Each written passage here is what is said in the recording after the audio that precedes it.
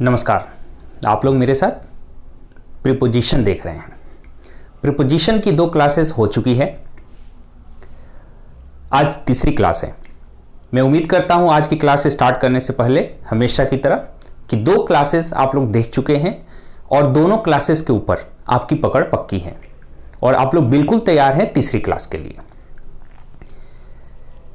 Actually होता क्या है कि हम बीच में से कोई चीज़ देखना स्टार्ट कर देते हैं, फिर जो मैं बताना चाहता हूं वो पहुंच नहीं पाएगा और आपको भी अजीब सा लगेगा क्या बता रहे हो आप, तो फिर मज़ा नहीं आता है, कनेक्टिविटी दोनों के बीच में बन नहीं पाती है।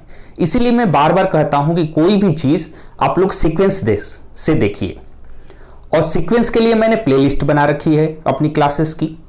तो आप लोग प्लेलिस्ट से आप लोग एक एक करके class wise, lecture wise, topic wise एक एक करके आप लोग देख सकते हैं। दूसरी चीज कि मैं जो क्लास रिकॉर्ड करता हूं वो हाई डेफिनेशन जो होता है HD 1080 में मैं रिकॉर्ड करता हूं। तो जब भी आप लोग YouTube पे क्लास देखें, आप लोग सेलेक्ट कर ले 1080 हाई डेफिनेशन क्वालिटी सेलेक्ट कर ले। आप लोग लो क्वालिटी में जब देखोगे तो शायद क्लास अच्छी तरीके से ना दिखे, विजिबिलिटी बहुत ही लो रहेगी। आप 360 में देखोगे, 480 में देखोगे तो विजिबिलिटी काफी लो रहेगी। तो आप लोग क्या करोगे कि हमेशा 1080 यानी हाई डेफिनेशन में आप देखोगे, ठीक है। दूसरी बात है कि विजिबिलिटी कभी थोड़ी बहुत लो रहती भी है तो मैं जितना लिखता हूं उससे कई गुना बोलता हूं ज्यादा, तो आप लोग मेरे लिखे पे कम जाए, मैं बोलता हूं उसको भी आप कैच करें, और बाकी तो मैं लिख ही रहा हूं, ठीक है। तो मैं उम्मीद करता हूं कि ये प्रॉब्लम बड़ा नहीं होना चाहिए हमारे और आपके बीच में, और हमारी पढ़ाई जारी रहेगी ऐसे ही, ठीक है। चलिए देखते हैं हम लोग तीसरा क्लास। प्रीपोजिशन में हम लोगों ने पांच ग्रुप पढ़ लिया है। 5 ग्रुप अभी तक हम लोगों ने पढ़ लिया है। आज 6वां ग्रुप हम लोग देखेंगे। 6वां ग्रुप जो हमारा है वो है अपॉन, ऑन, ऑफ और ऑन टू। ये 4 प्रीपोजिशन का ग्रुप हम लोग पढ़ेंगे। हमने बताया है कि ग्रुप में हम लोग पढ़ेंगे, कंपेयर कर पढ़ेंगे प्रीपोजिशन को, तो काफी इजी रहता है उसे क्लियर करना। हम लोग के बीच में कोई भी डाउट नहीं रह पाता है उस तरह से। तो अपॉन, ऑन, ऑफ और ऑन टू, ये 4 प्रीपोजिशन है। इनका हम लोग किसके संदर्भ में पढ़ाई करेंगे? तो स्थान या पोजीशन कह लो, स्थान से अच्छा है पोजीशन कह लो, पोजीशन के संदर्भ में, पोजीशन के संदर्भ में। इनकी स्टडी हम लोग किसके संदर्भ में करेंगे? पोजीशन की, यानी स्थिति के संदर्भ में करेंगे हम लोग। बहुत ही ध्यान से देखिए आप लोग, एक बार देख लीजिए, कभी भी जिंदगी में इनकी गलतियां नहीं होगी आपसे। ये 4 प्रीपोजिशन में कोई गलतियां नहीं होगी आपसे। ध्यान से देखिए, जो मैं बता रहा हूं बिल्कुल ध्यान से देखिए आप लोग। ये आपका रहा टेबल। मैं ड्राइंग नहीं कर रहा हूं, मैं तो आप लोग को इंग्लिश पढ़ा रहा हूं, तो ड्राइंग पे आप लोग मुझे ना जज करें। ये हमारा रहा टेबल, ठीक है। ये हमारा रहा टेबल, हमने टेबल ऐसे बना दिया। अब ध्यान से थोड़ा सा देखिए, होता क्या है कि एक बिल्ली क्या करती है, एक बिल्ली यहां से नीचे यहां पे है ग्राउंड पे, ये एक बिल्ली जो है ग्राउंड पे है, क्या है? कैट। एक बिल्ली ग्राउंड पे है, वो यहां से जंप करके क्या करती है, यहां से जंप करके टेबल के ऊपर चली जाती है। क्या करती है वो बिल्ली? जंप करके टेबल के ऊपर चली जाती है, यानी ये जंप करके टेबल के ऊपर चली गई, ठीक है। अब वो थोड़ी देर क्या करती है कि टेबल के ऊपर रुकती है, थोड़ी देर टेबल के ऊपर रुकती है।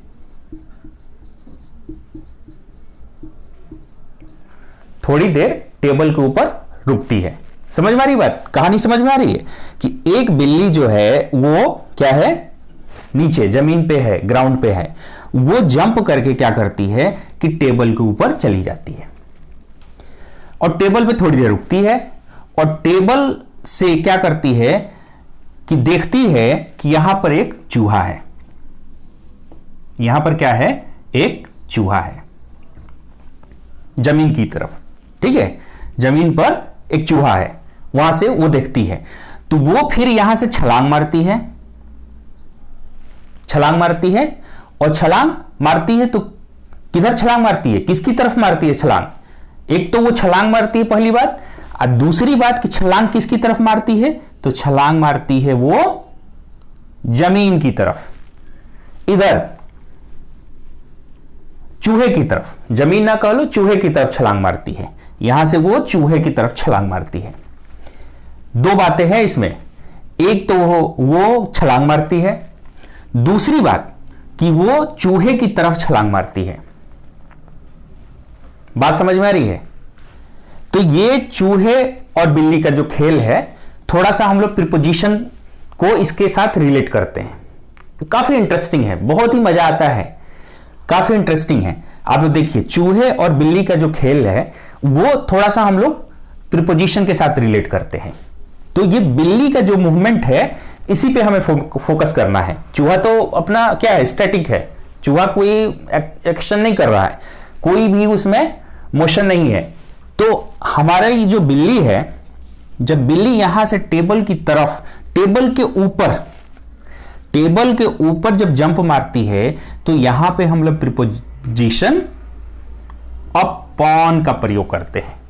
अपॉन मतलब क्या हुआ, पहले अप फिर ऑन, पहले हुआ अप फिर हुआ ऑन, तो पहले ऊपर और फिर किसी के ऊपर, तो सबसे पहले वो ग्राउंड से ऊपर गई और फिर टेबल के ऊपर आ गई। तो ऐसा जब मूवमेंट रहेगा, ऐसा जब कभी भी मोशन रहेगा बिल्ली का कि पहले ऐसे अप करेगी फिर किसी चीज के ऊपर वो लैंड करेगी, यानी टेबल के ऊपर वो फिर आ रही है ना, लैंड कर रही है, तो इसके लिए हम लोग यहां पे अप ऑन का प्रयोग करेंगे। जब वो टेबल के ऊपर है तो मैंने पीछे वाली क्लास में भी आप लोगों को बताया था कि जब टेबल के ऊपर यानी एक वस्तु के ऊपर दूसरी वस्तु होती है तो वहां पे क्या हम लोग ऑन का प्रयोग करते हैं। तो जिस समय वो टेबल के ऊपर रहेगी तो वो रहेगा आपका ऑन। क्लियर? देखिए अपॉन ऑन। अब तीसरा नंबर आता है जब वो टेबल से जंप करेगी, टेबल से जंप करेगी। तो जब टेबल से जंप करेगी, किसी भी चीज से हम लोग जंप करते हैं, यानी किसी चीज से यहां पे जंप करने की बात हो रही है, ठीक है, तो टेबल से जंप करेगी तो उसके लिए हम लोग प्रयोग करेंगे ऑफ, ऑफ का प्रयोग करेंगे। जब वो टेबल से जंप चूहे की ओर करेगी, यानी उसका जंप जो रहेगा चूहे की तरफ रहेगा, चूहे की ओर रहेगा, उसका अप्रोच क्या रहेगा, चूहे को पकड़ना। तो चूहे की ओर जब जंप करेगी, यानी किसी भी चीज के ओर कह लो, किसी भी चीज के ओर, यानी उसको पकड़ने के लिए या किसी भी चीज को छूने के लिए, उधर जाने के लिए, किसी भी चीज के ओर जब हम लोग अपना मोशन करते हैं तो उसके लिए ऑन टू। तो चूहे की तरफ तो ऑन टू। क्लियर? कितना आसान है। ये चार प्रीपोजिशन जिंदगी में कभी नहीं भूलेगा आप लोगों को, मैं इस बात का बेट लगाता हूं, जिंदगी में कभी भी नहीं भूलेगा। ये बिल्ली के मोशन को बस एक बार दिमाग में सेट कर लो, कभी भी नहीं भूलेगा। बिल्ली अप से ऑन हो रही है तो अप ऑन, अब यहां थोड़ी देर रुकेगी तो उसके लिए ऑन, जब वहां से टेबल से जंप करेगी तो क्या करेगी, नीचे की तरफ जंप कर रही है ना, तो वहां पे ऑफ, और जब चूहे की तरफ, चूहे की ओर जंप करेगी तो वहां पे क्या होगा, ऑन टू। क्लियर? चलिए एग्जांपल हम लोग देखते हैं, एक दो हम लोग सेंटेंस बना लेंगे, बस यही चूहे और बिल्ली वाला ही हम लोग सेंटेंस बना लेते हैं, हमेशा के लिए क्लियर हो जाएगा। क्लियर? इसे देख लिया आप लोगों ने? चलिए मैं मिटा रहा हूं।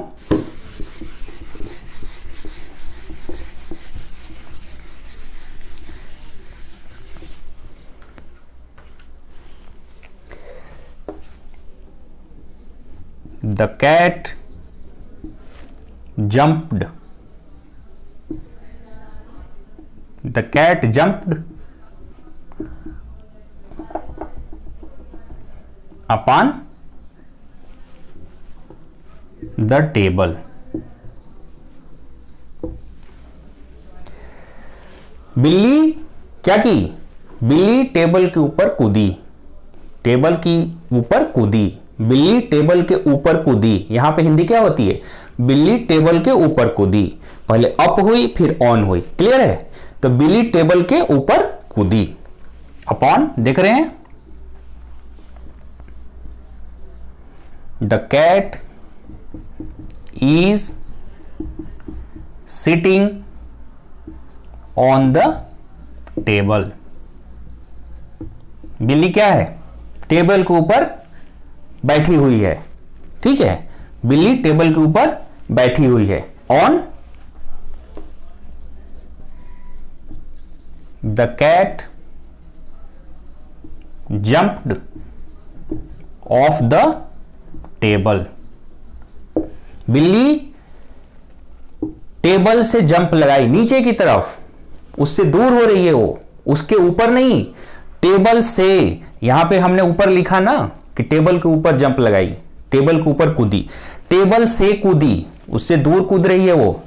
तो the cat jumped off the table. बिल्ली टेबल से क्या की? टेबल से कूदी, क्लियर है हिंदी? अब हम लोग ऑन टू देखते हैं। The cat jumped on to the rat. The cat jumped on to the rat. तो क्या हुआ? बिल्ली चूहे की ओर कूदी, चूहे की ओर कूदी। बिल्ली यहां पे सिर्फ है कूदना, टेबल से कूदने की बात हो रही है, यहां टेबल से कूदने की बात हो रही है। यहां पे टेबल का इंपॉर्टेंस है, टेबल के पहले आप लोग लगा रहे हैं यहां पे, लेकिन यहां पे क्या है? टेबल का इंपॉर्टेंस नहीं है। The cat jumped on to the rat, यानी रैट का इंपॉर्टेंस है, किसकी ओर कूदी? तो the cat jumped on to the rat, बिल्ली चूहे की ओर कूदी, क्लियर है? तो ये 4 सेंटेंस आप लोग दिमाग में सेट कर लो। ये 4 सेंटेंस आपको कभी भी गलतियां नहीं करने देगा। ये सिर्फ मैंने बिल्ली और चूहे को लेकर बनाया, आप लोग किसी भी चीज को लेकर बना सकते हो। कोई भी चीज जंप करती है, अप से ऑन करेगी, तो वो अपॉन हम प्रयोग करेंगे। किसी भी वस्तु के ऊपर दूसरी वस्तु जब रहती है तो वहां पे ऑन। किसी भी वस्तु से हम लोग दूर छलांग मारते हैं, दूर होते हैं, तो उसके लिए ऑफ का प्रयोग करते हैं। और किसी वस्तु की ओर हम लोग दौड़ते हैं, भागते हैं, अप्रोच करते हैं, तो वो उसके लिए हम लोग ऑन टू का प्रयोग करते हैं, क्लियर? चलिए आगे देखते हैं हम लोग। तो ये हमारा रहा छठवां, 6th नंबर का। अब हम लोग आगे देखते हैं 7।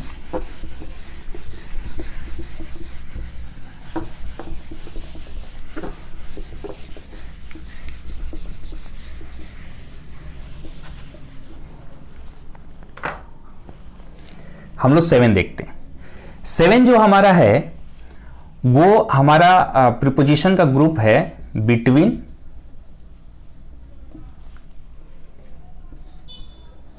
अमोंग, अमोंगस्ट और इन। ये 4 प्रीपोजिशन का ग्रुप है, बिटवीन, अमोंग, अमोंगस्ट और इन। ये भी हम लोग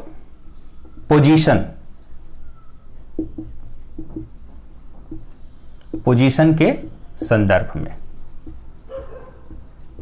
इसकी भी, इन चारों की भी हम लोग स्टडी करेंगे। किसके संदर्भ में? पोजीशन के संदर्भ में। बहुत ध्यान से देखो आप लोग, पोजीशन के संदर्भ में। बिटवीन, दो के बीच,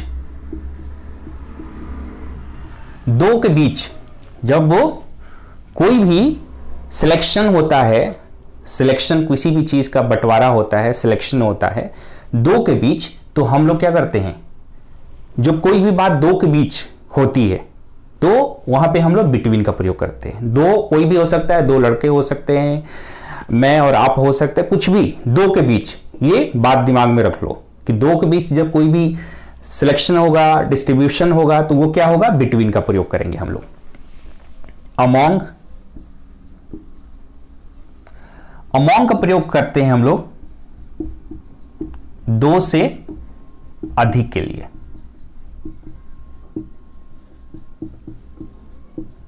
दो से अधिक के लिए हम लोग दो से अधिक के लिए प्रयोग करते हैं। अमोंग का प्रयोग करते हैं दो से अधिक के लिए। अब बात आती है अमोंगस्ट। अमोंगस्ट एक्चुअली सच पूछो तो आजकल प्रयोग होता नहीं है, कोई भी नहीं करता है। फिर भी एक छोटा सा इसके पीछे लाइन है, बस उसे आप लोग दिमाग में रख लो, ऐड कर लो, ठीक है, कि अमोंगस्ट का प्रयोग हम करते हैं जब हमारा जो नाउन या प्रोनाउन, जब हमारा नाउन या प्रोनाउन वॉवेल से स्टार्ट होता है, वॉवेल से प्रारंभ होता है।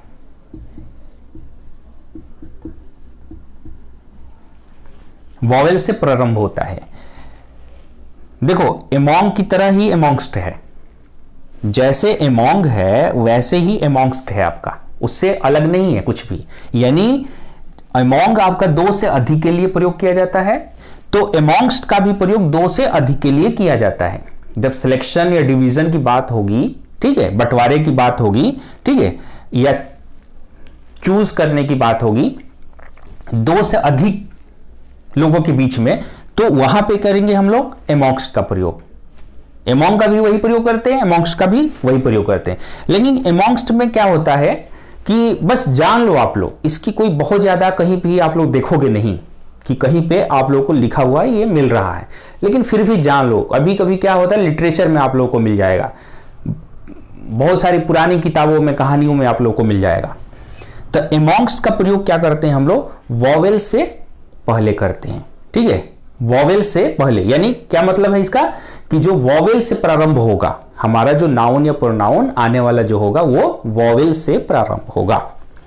वॉवेल से प्रारंभ होता है, क्या प्रारंभ होता है, जो हमारा आने वाला नाउन या प्रोनाउन।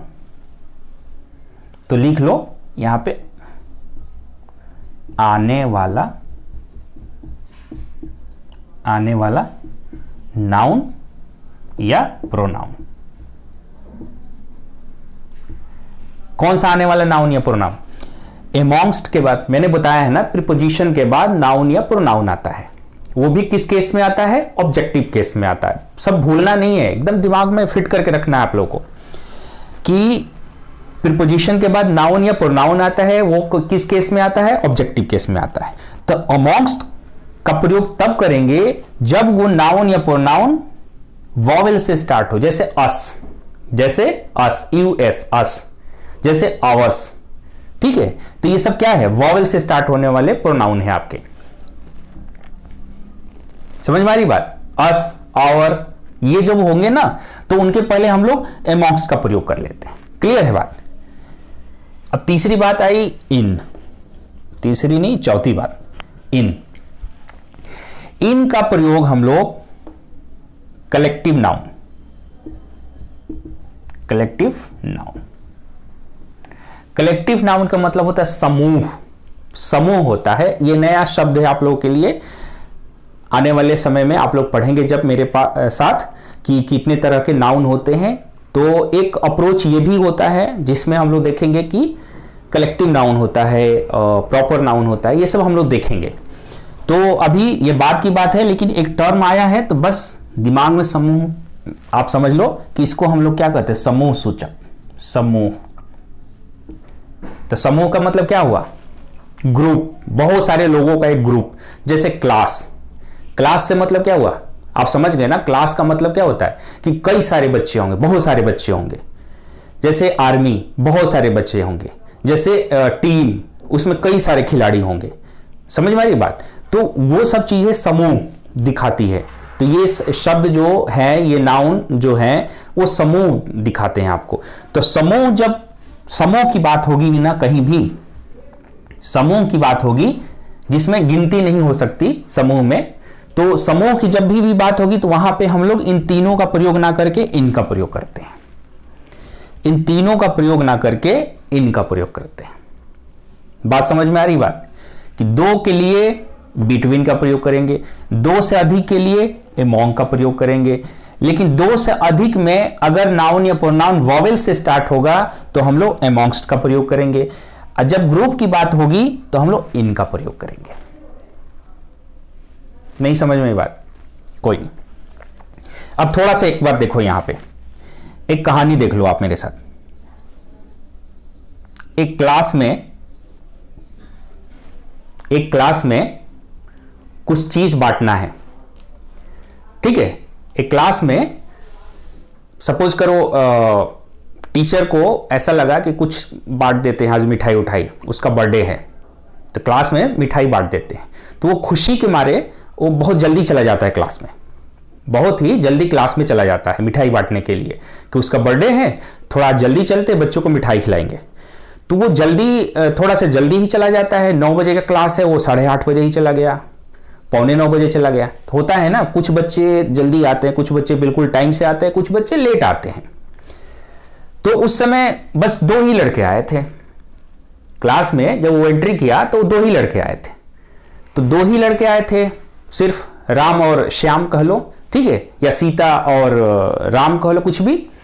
तो 2 लड़के जब आए थे तो 2 के बीच में वो मिठाई बांटने वाला था। जब 2 के बीच में वो मिठाई बांटने वाला था तो वहां पे एमोंग का प्रयोग हो रहा था। उसने एमोंग का प्रयोग किया, सॉरी, उसने बिटवीन का प्रयोग किया। लेकिन जैसे वो बांट रहा था 2 के बीच में मिठाई, तब तक 3-4 बच्चे आ गए, और तो कुल मिला के 5 बच्चे, 6 बच्चे हो गए। तो 5-6 बच्चे हो गए तो उसने क्या किया कि 5-6 बच्चों में अब मिठाई बांटने का कार्यक्रम किया। तो वहां पे क्या किया उसने, यहां पे मैं लिख दे रहा हूं मोर देन 2, मोर देन 2, ऐसे नहीं, मोर देन 2 ऐसे लिखते हैं हम लोग, मोर देन 2। तो मोर देन 2, तो वहां पे एमोंग का प्रयोग किया। समझ में आ रही बात? एमोंग का प्रयोग किया। लेकिन कुछ लड़कों ने पीछे से आवाज उठाई कि सर सबको मिठाई मत दो, सिर्फ हम लोगों में बांटो, सिर्फ हम लोगों में बांटो। हम लोग जो तेज स्टूडेंट का एक ग्रुप है ना 10 लोगों का, उनमें बांटो। तो बिटवीन एमोंग ना छोड़, हम लोग छोड़ देंगे, एमोंगस्ट का प्रयोग करेंगे। बिटवीन अस ना करके, बिटवीन एमोंग ना करके, सॉरी ध्यान से देखो, हम लोग बिटवीन और एमोंग का प्रयोग ना करके एमोंगस्ट का प्रयोग करेंगे। तो वो लोग कहेंगे कि सर एमोंगस्ट अस, एमोंगस्ट अस, यानी सर सिर्फ मिठाई हम इस 5-7 लड़कों का ग्रुप है जो तेज है, ब्राइट स्टूडेंट है, उनमें बांटो।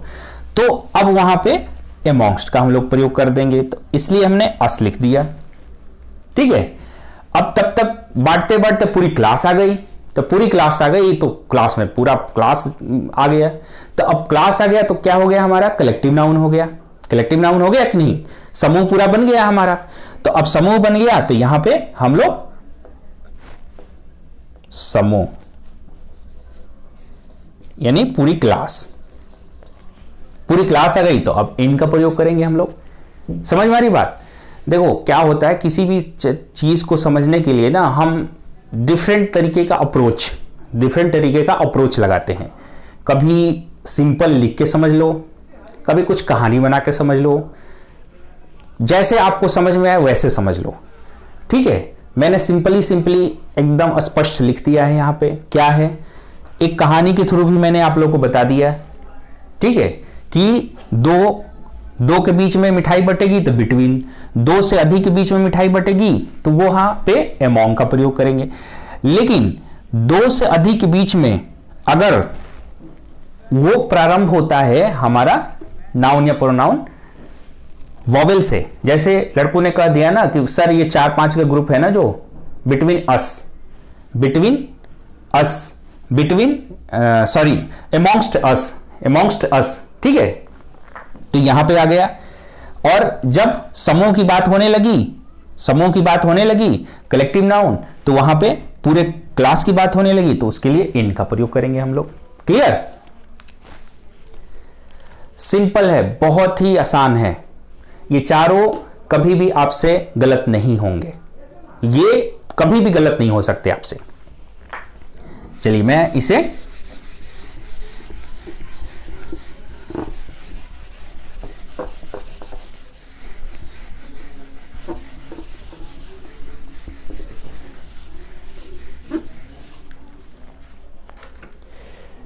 अब हम लोग सेंटेंस बना लेते हैं।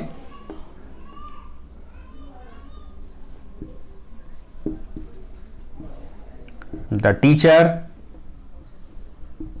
distributed the sweet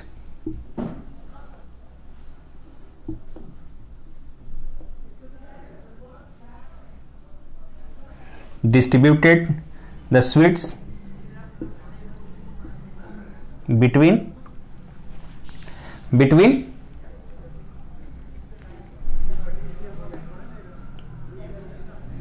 स्वीट का स्पेलिंग देख लेना, यही होता है मुझे लगता है, ठीक है, SWEATS, स्वीट्स यही होता है।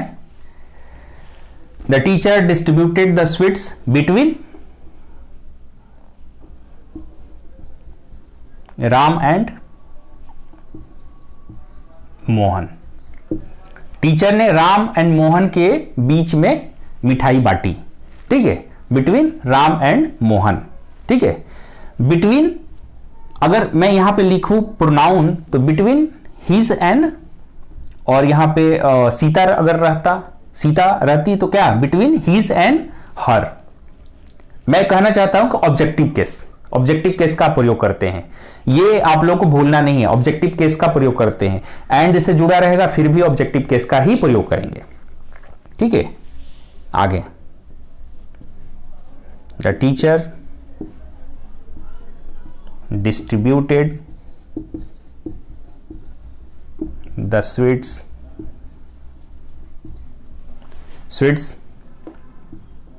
among 4 students. टीचर ने चार छात्रों के बीच में मिठाई बांटी, तो मोर देन 2 हो गया कि नहीं, चार जो है मोर देन 2 हो गया। आगे, the teacher distributed the sweets amongst us। Teacher ने हम लोग के बीच में मिठाई बांटी, ठीक है, amongst us, ये वॉवल से स्टार्ट हो रहा है ना, वॉवल से, इसलिए। आगे, the teacher distributed the sweets in the class, ठीक है। टीचर ने क्लास में मिठाई बांटी, इन, समझ में आ रही बात, इन द क्लास में मिठाई बांटी। तो आप देखो यहां पे बिटवीन 2 के लिए, एमोंग 2 से अधिक के लिए अस का प्रयोग किया है हम लोगों ने, इसलिए यहां पे एमोंगस्ट, और यहां पे इन, क्योंकि यहां पे कलेक्टिव क्लास का हम लोगों ने प्रयोग किया है, ठीक है। देखो छोटी छोटी बातें ना दिमाग में जो मैं बोलता रहा हूं ना जब भी, तो आप लोग क्लिक कर लिया करो, थोड़ा सा बैठा लिया करो कोने में। जब हम लोग मेन फोकस उस पर करेंगे तो पढ़ेंगे। जैसे अब मैंने कलेक्टिव नाउन की बात की, तो थोड़ा सा कुछ तो क्लू बन जाएगा ना, थोड़ा सा कहते हैं ना कि लाइन तो खींच जाएगी कि कलेक्टिव नाउन नाम का कुछ होता है इस दुनिया में, एक ऐसी चिड़िया है जिसको कलेक्टिव नाउन हम लोग कहते हैं। तो कलेक्टिव नाउन वर्ड मैंने आप लोग के दिमाग में डाल दिया, वो धीरे धीरे पनपेगा। वो क्या होता है ना कि धीरे धीरे उसको पानी और खाद हम लोग देंगे तो एक दिन वो कलेक्टिव नाउन बड़ा हो जाएगा। और कलेक्टिव नाउन के बारे में हजारों बातें हम लोग करेंगे। कलेक्टिव नाउन के बारे में इतनी बातें मैं बताऊंगा कि आप लोग भी सोचोगे कि हाँ अरे कहां से इतनी सारी बातें हैं कलेक्टिव नाउन के बारे में। तो बस मैंने अभी एक ऐसे एक बोला कि बस क्लिक कर जाए दिमाग में कि कलेक्टिव नाउन होता है ग्रुप, समूह। समझ में आ रही बात? जहां पे बहुत लोग, उसका नाम लेने से आप लोग को लगे बहुत सारे लोग होते हैं। जैसे टीम होती है तो टीम का मतलब होता है बहुत सारे लोग उसमें होते हैं। क्लास मतलब बहुत सारे लोग होते हैं, ठीक है। जैसे कि पार्लियामेंट, पार्लियामेंट में बहुत सारे लोग होते हैं, तो इस तरह से है। समझ में आ रही बात? चलिए, ये हमारा 7वें नंबर का कंप्लीट हो गया। अब 8वें नंबर पे हम लोग चलते हैं।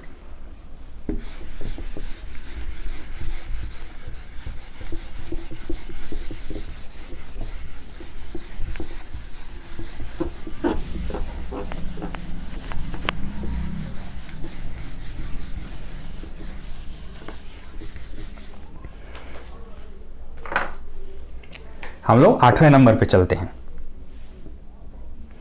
8वें नंबर पे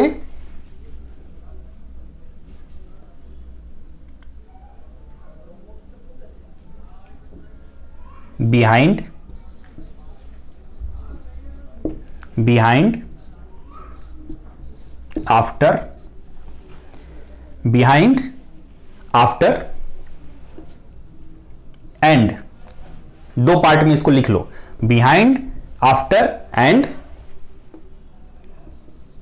before, in front of,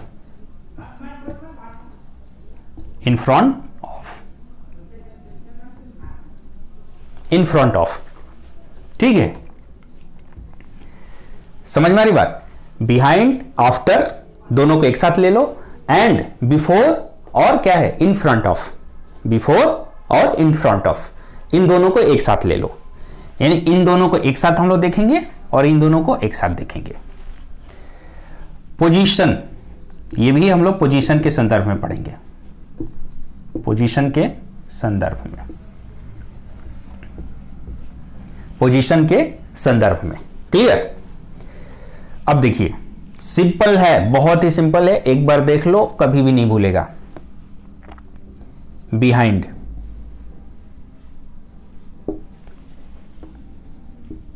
behind सजीव या निर्जीव, सजीव या निर्जीव, सजीव या निर्जीव दो तरह के होते हैं ना। मतलब आप कह लो दो तरीके के ऑब्जेक्ट हो सकते हैं ना, आपके सब्जेक्ट हो सकते हैं कि सजीव होंगे या निर्जीव होंगे। ठीक है, सजीव या निर्जीव, सब्जेक्ट भी हो सकता है, ऑब्जेक्ट भी हो सकता है। तो यहां पे देखो आप लोग कि सजीव या निर्जीव,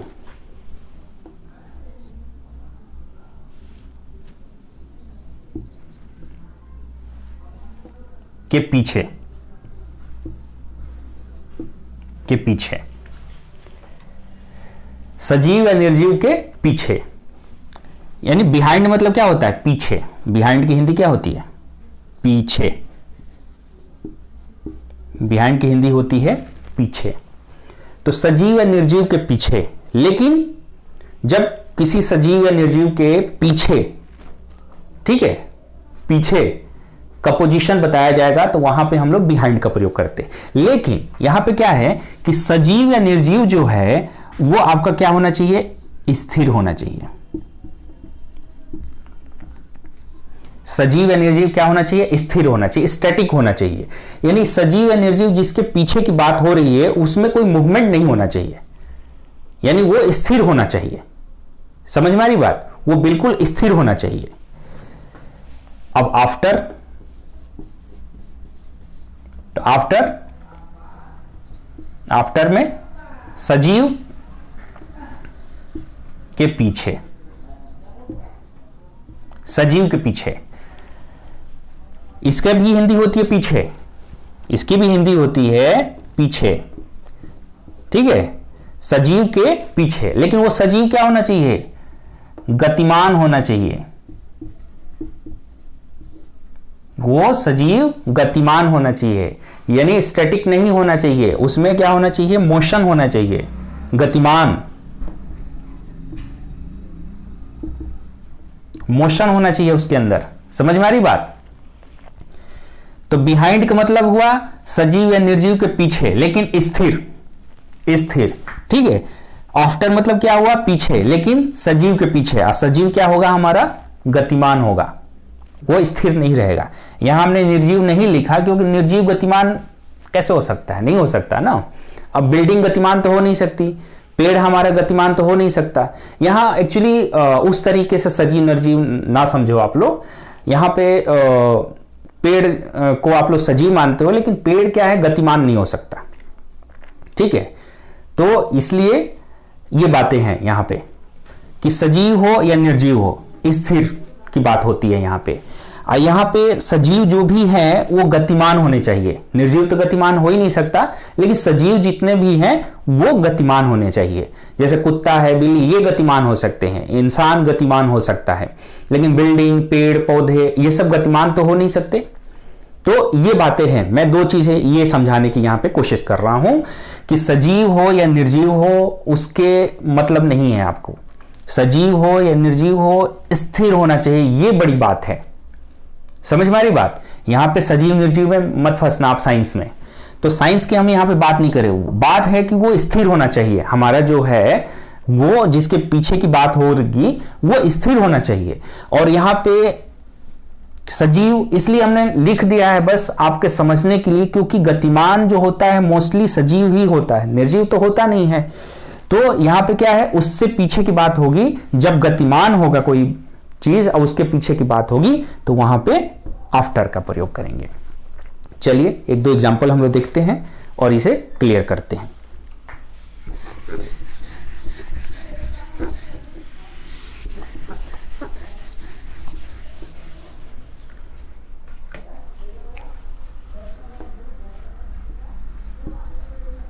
The tree is behind my house. The tree is behind my house. जो पेड़ है मेरे घर के पीछे है, पेड़ है मेरे घर के पीछे है। समझ में आ रही बात। हाउस गतिमान नहीं है, स्थिर है, इसलिए he is sitting behind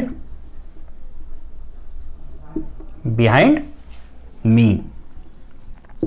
वह मेरे पीछे बैठा है। he is sitting behind me. वह मेरे पीछे बैठा है। अब यहां पे भी कोई गति की बात नहीं हो रही, यहां पे गतिमान कुछ है नहीं। समझ में आ रही बात। दोनों क्या है, स्थिर है, स्थिर सेंटेंस है ना दोनों। आप देखिए दोनों स्थिर बिल्कुल हैं। अब अगला देख लीजिए। The cat is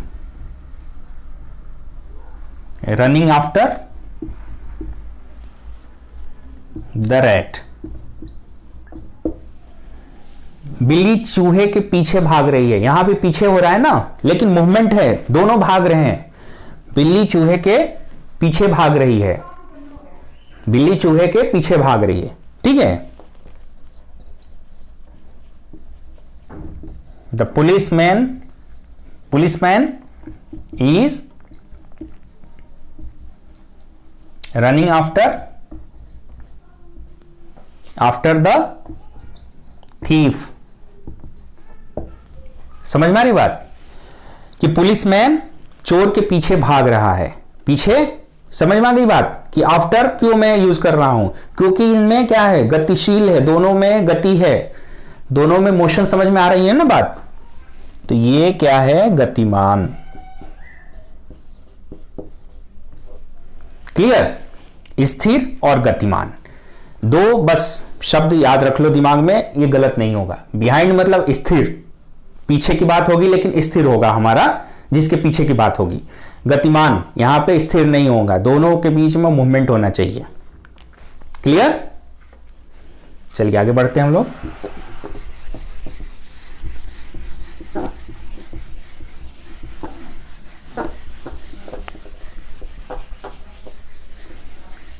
after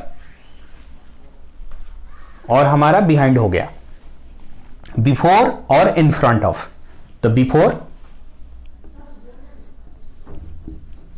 before, सजीव के आगे, सजीव के आगे, सजीव के आगे। यहां पे बिफोर की हिंदी क्या होती है? आगे।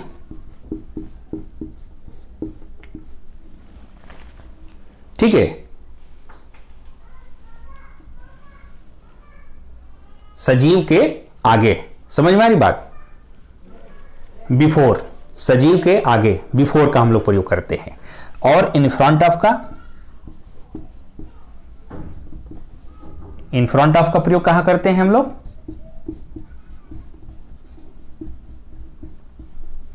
निर्जीव के आगे, निर्जीव के आगे। इसकी हिंदी क्या होती है? आगे। याद रहेगा? बिफोर, सजीव के आगे, इन फ्रंट ऑफ, निर्जीव के आगे। ठीक है, निर्जीव के आगे। अब सेंटेंस आप लोग देख लो, बिल्कुल क्लियर हो जाएगा ये कि बिफोर मतलब क्या? सजीव के आगे। बिफोर का सजीव से लेना देना है और इन फ्रंट ऑफ का निर्जीव से लेना देना है। तो देखो इनमें थोड़ा सा है ना, इसलिए मैंने ग्रुप बनाया है कि ये सजीव, यहां निर्जीव, सजीव, निर्जीव, सजीव वाली कुछ बात हो है ना यहां पे, निर्जीव, सजीव, निर्जीव, सजीव। इसलिए मैंने ग्रुप में इनको बताया है आप लोगों को।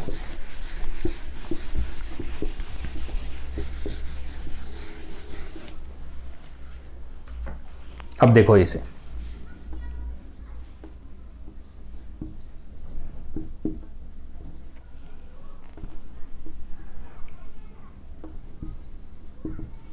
thief is standing before the judge, before the judge। जो चोर है जज के सामने खड़ा है। ठीक है, the thief is standing before the जज। चोर जज के सामने खड़ा है। ठीक है, बिफोर की बात मैं क्यों कर रहा हूं? यहां पे देखो आप, सजीव की बात हो रही है ना।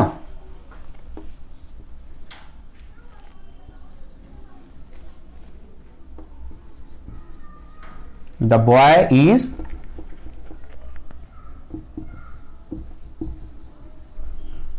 प्लेइंग बिफोर हिज फादर,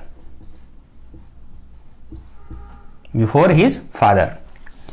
लड़का अपने पिता के सामने खेल रहा है। ठीक है, लेकिन इन फ्रंट ऑफ, तो इन फ्रंट ऑफ का हम लोग देख लें निर्जीव।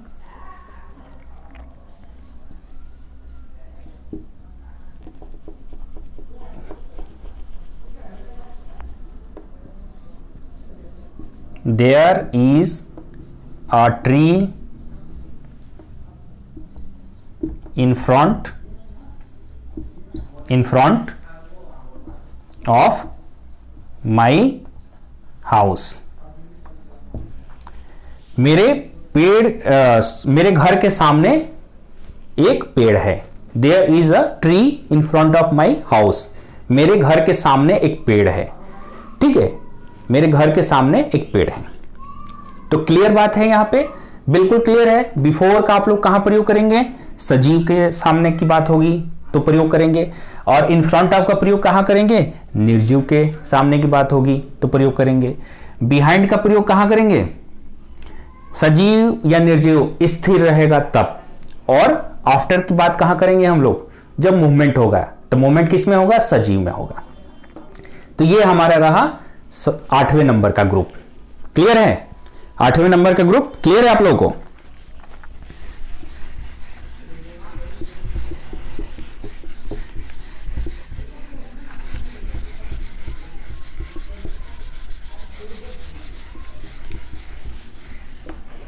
आगे देखते हैं हम लोग 9वें नंबर का हम लोग का ग्रुप देखते हैं।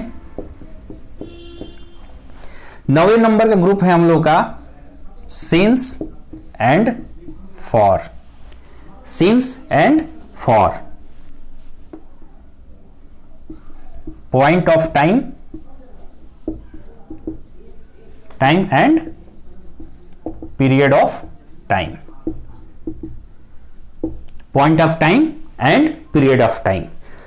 तो जो भी लोग मेरे साथ जुड़े हुए हैं तो उनको ये क्लियर है कि मैं ऑलरेडी ये टॉपिक कवर कर चुका हूं। Since and for, period of time and point of time हम लोग कवर कर चुके हैं, हम लोग देख चुके हैं। एक पूरी क्लास मैंने बनाई है इसके ऊपर और बहुत डिटेल में इनके बारे में मैंने बात किया है कि हर एक एंगल से कैसे आप लोग पकड़ोगे पॉइंट ऑफ टाइम को और पीरियड ऑफ टाइम को, और कैसे आप लोग सिंस और फॉर को बिल्कुल सुनिश्चित करोगे कि कैसे कब इनका प्रयोग होता है और कहां इनका प्रयोग होता है। तो ये टॉपिक मैं छोड़ रहा हूं, बस मैंने ऐड कर दिया कि ये हम लोगों का क्लियर हो चुका है। ठीक है, आप लोग पीछे की क्लास देख लोगे, जिन लोगों ने नहीं देखा है, जो लोग फर्स्ट टाइम देख रहे हैं मेरी क्लास, तो वो सिंस फॉर और फॉर वाली क्लास क्लियर कर लेंगे। ठीक है, तो हम लोगों ने 9 ग्रुप क्लियर कर लिया है। आगे की क्लास, आने वाली क्लास में देखोगे, आगे के ग्रुप्स देखोगे, मुश्किल से 1 या 2 और क्लास होंगी प्रीपोजिशन के ऊपर, तो हमारा बेसिक लेवल जो प्रीपोजिशन है वो कंप्लीट हो जाएगा, फिर हम लोग आगे बढ़ेंगे। तो ऐसे ही आप लोग मेरे साथ जुड़े रहो। और एक चीज हमेशा की तरह मैं आज भी कहूंगा कि कमेंट आप लोग कर सकते हो, वीडियो शेयर करना ना भूलो, आप लोग शेयर करो अपने दोस्तों के साथ, अपने रिलेटिव्स के साथ।